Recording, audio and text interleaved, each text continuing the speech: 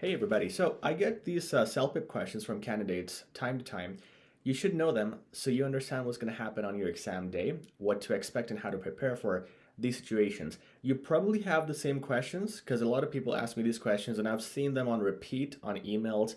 So I feel like I should address all of these and that will solve a lot of the confusion. Okay, the first question I get asked is about reevaluation.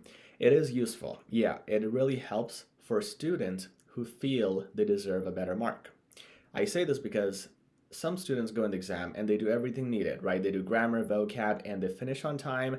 The word limit is good, and they feel they deserve a better mark. When you feel that way, apply for evaluation because if you know you made mistakes and you missed 50 words, for example, in writing, don't apply for reevaluation. Nothing will change. But if you really feel you did a good job, apply for it because mostly when students feel this way, their marks do increase.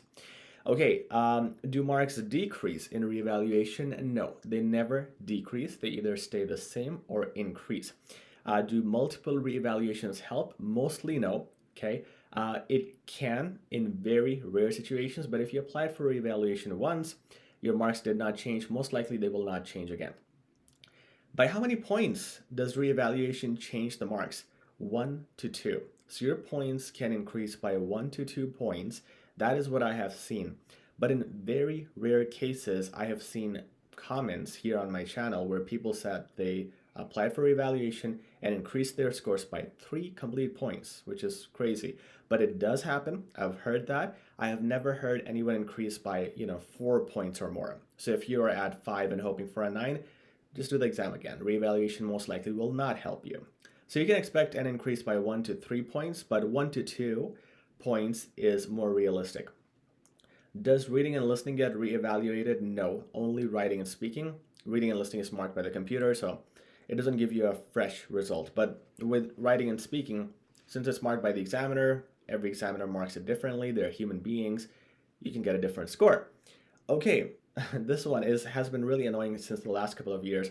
Not the question, but what CELPIP is doing. I got 5 tests or 6 tests in reading instead of 4. I got 8 listening tasks instead of 6. This can happen. When this happens, the other extra 1 or 2 tasks are not being marked.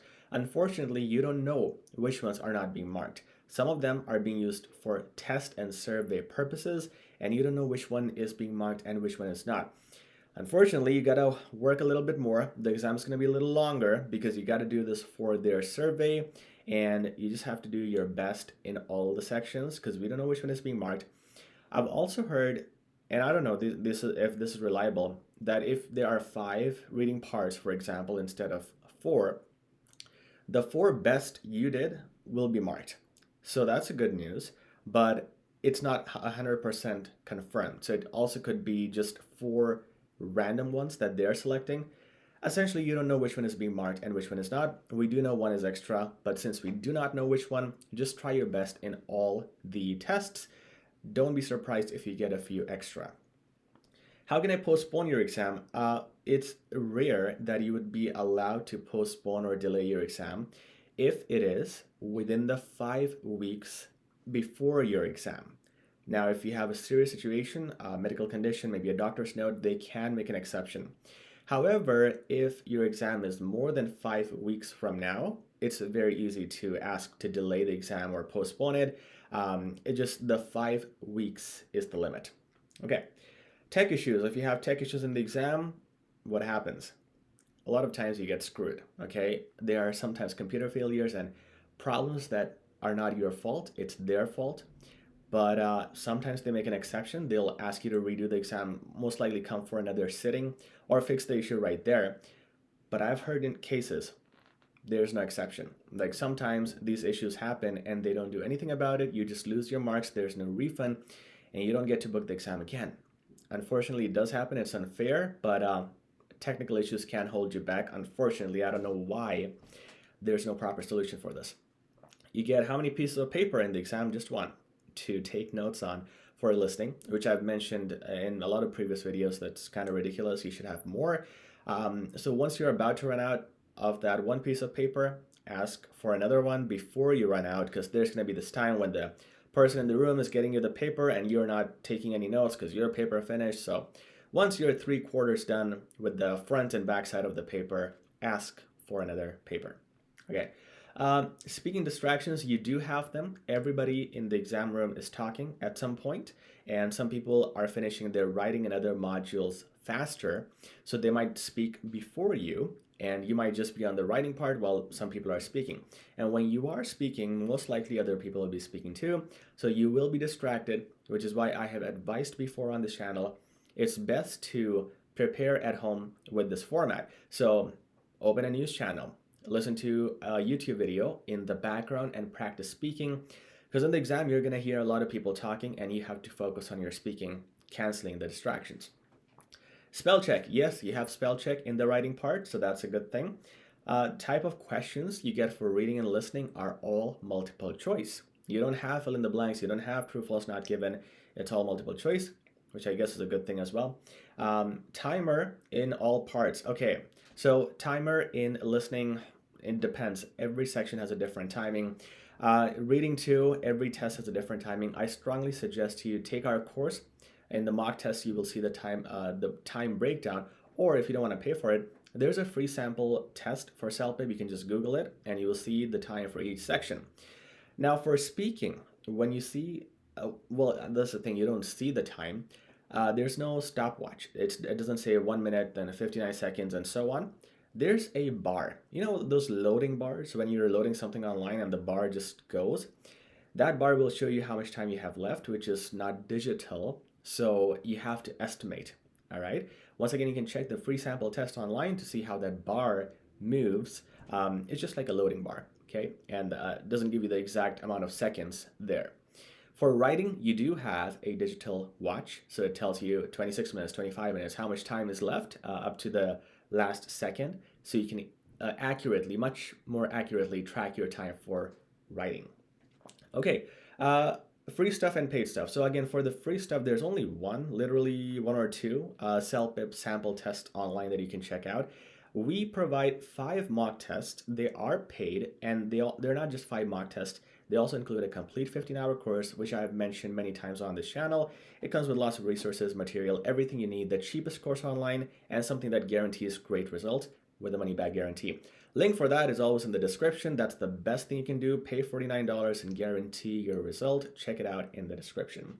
All right, CELPIP is easier or IELTS? CELPIP is easier generally.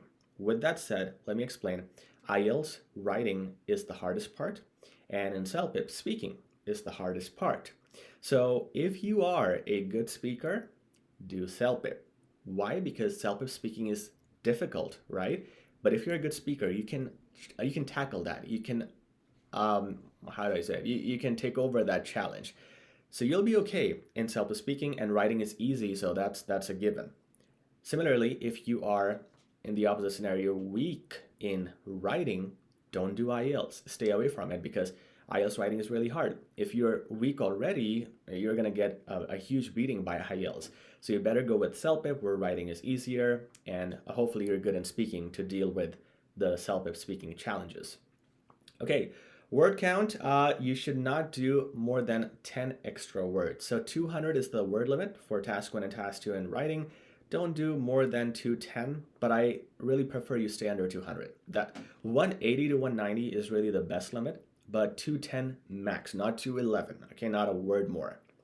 All right, speaking limit, timer is very important. You want to make sure you finish on time and you start on time. So the problem is if you start 5 seconds after the time has started, the examiner knows you're stalling. You're being slow, so they don't catch your mistakes. They hate it. Don't try to trick them. Start as soon as the timer starts. And when you finish, you have to do the conclusion. There is the point for the conclusion for the finishing remarks.